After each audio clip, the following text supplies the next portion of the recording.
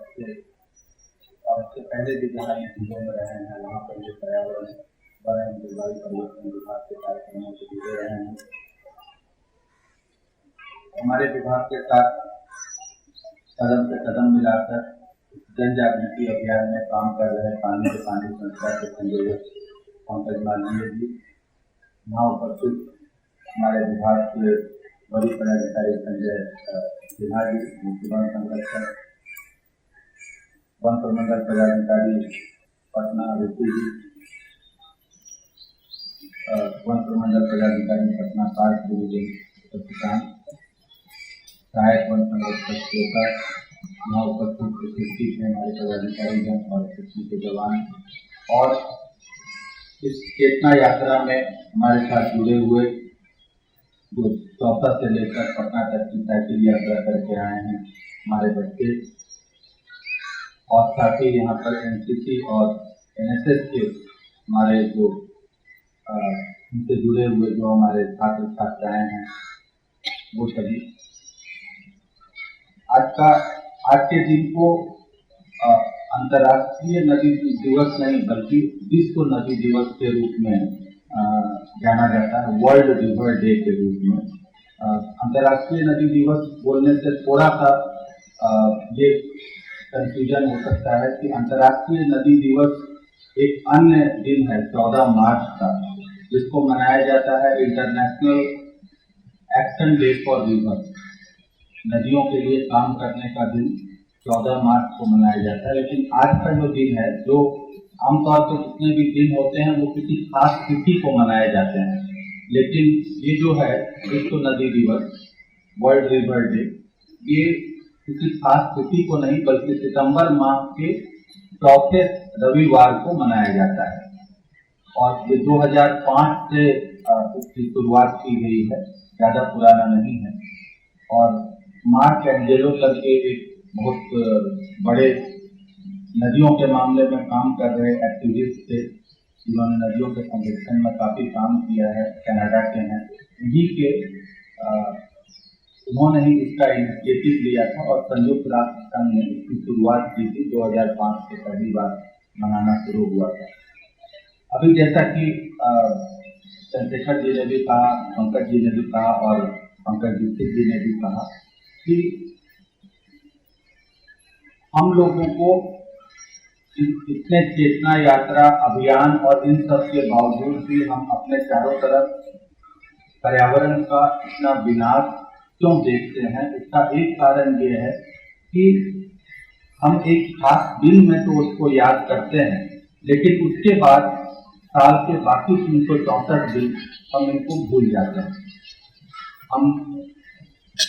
Ozone दिवस होता है तब हमें ये याद आता है कि ग्रीन हाउस गैसों के उत्सर्जन के कारण ओजोन लेयर में कमी आ रही है और उसके कारण से पृथ्वी पर अल्ट्रावायलेट रेज आ रही है, पृथ्वी का तापमान बढ़ रहा है।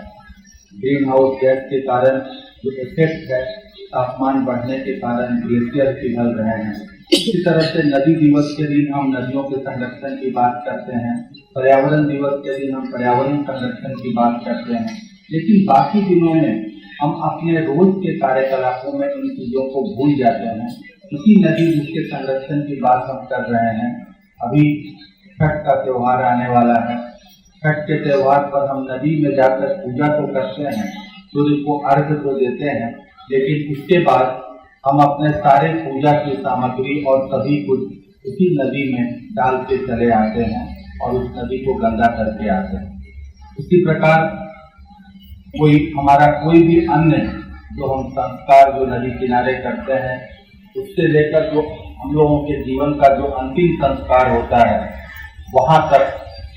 हम जो भी संस्कार करते तो नदियों के किनारे हैं, लेकिन उसके बाद हम अपने वो सारे जो बची खुची चीजें होती हैं उसको नदी में प्रवाहित कर देते हैं। नदी के किनारे कपड़े धोते हैं, नदी में अपने जानवर साफ करते हैं, जो भी चीजें होती हैं। तो हम एक तरह से ये तो मान के चलते हैं कि नदियां हमारे जीवन से और हमारे सभ्यता से जुड़ी हुई हैं, बल्कि ये सभी बच्चे आप लोग जब इतिहास पढ़ते होंगे तो जो भी सभ्यताएं पहले बनी हैं वो सभी नदियों के किनारे ही बनी थी और नदियों के सूख जाने के कारण ही सभ्यता का विनाश भी हुआ है। इतिहास में जब आप पढ़ते होंगे तो एक हड़प्पा मोहनजोदड़ो के उसी समय का एक शहर हुआ करता था धोलावीरा, जो सरस्वती नदी के किनारे बसा हुआ था, और सरस्वती नदी से ही उस सभ्यता को, उस शहर को पानी मिलता था। सरस्वती नदी आज से 4,500 साल पहले भयंकर सूखे के कारण वो नदी खत्म हो गई और इसके साथ वो धोलावीरा की सभ्यता भी विनष्ट हो गई। तो ऐसा नहीं है कि हमारे सामने ये जो गंगा का पानी दिख रहा है, हम ये मान के चलें कि इसी तरह ये पानी सदियों तक ऐसे बहता रहेगा, क्योंकि हम उस परिस्थितियों को ला रहे हैं। ये पानी जहाँ से आता है ग्लेशियर से, हिमालय के ग्लेशियर से, वो ग्लेशियर हम धीरे धीरे खत्म कर रहे हैं और उसी के कारण इन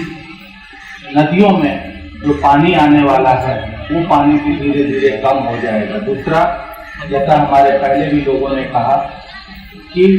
हम लोग अपने इसको नदियों पर अपना अधिकार तो मान लेते हैं और इसीलिए हम नदी को जहाँ चाहें वहाँ, क्योंकि हमारे पास वो तकनीक उपलब्ध है, हम नदियों को बांध कर बांध बना देते हैं और उस बांध को बनाने में हम ये भूल जाते हैं कि हम उस नदी को ग्रीन सीजन में एक तालाब में परिवर्तित कर रहे हैं। आज के दिन गंगा को अगर आप देखें तो शायद बिहार ही एकमात्र हिस्सा होगा, राज्य है, जहाँ पर कि गंगा पर कोई बांध नहीं बना हुआ है, नहीं तो उससे ऊपर गंगा को छोटे छोटे तालाब में परिवर्तित कर दिया गया है। वास्तव में जो पानी गर्मी के दिनों में आप देखते हैं, अप्रैल मई महीनों में गंगा का, वो गंगा का पानी नहीं है बल्कि चंबल और जमुना का पानी आता है। और बिहार में हम उसमें सोन, गंडक, कोसी,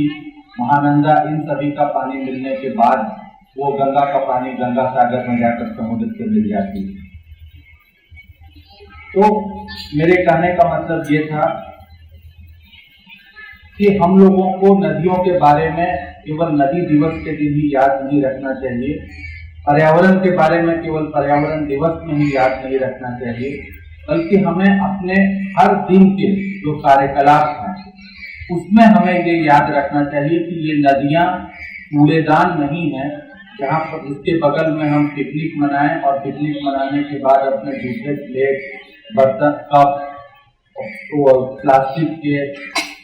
थायरोफोम के वो सारे कप हम बना के उसको हम नदियों में प्रवाहित कर दें। अभी अगर आप यहाँ बैठे बैठे देखेंगे तो मुझे 3-4 मृत जानवर दिखे जो नदियों में बहते हुए चले जा रहे थे गंगा नदी में हमारे सामने। तो गंगा को हम अपना कूड़ेदान नहीं समझे, तो हमारे रोज के दिन प्रतिदिन के जीवन में छोटी से छोटी चीजें हमारी जो होती हैं वो पर्यावरण को नुकसान पहुंचाती हैं। जैसे अगर हम पानी की बर्बादी करते हैं वो पर्यावरण को नुकसान पहुंचाता है, क्योंकि किसी चीज का भंडार असीमित नहीं है। प्रकृति ने कोई भी ऐसी चीज नहीं बनाई है जो कि असीमित हो, जो कभी खत्म ना हो। तो इसलिए अगर हम उसका दुरुपयोग करेंगे, अगर हम उसको जितना वो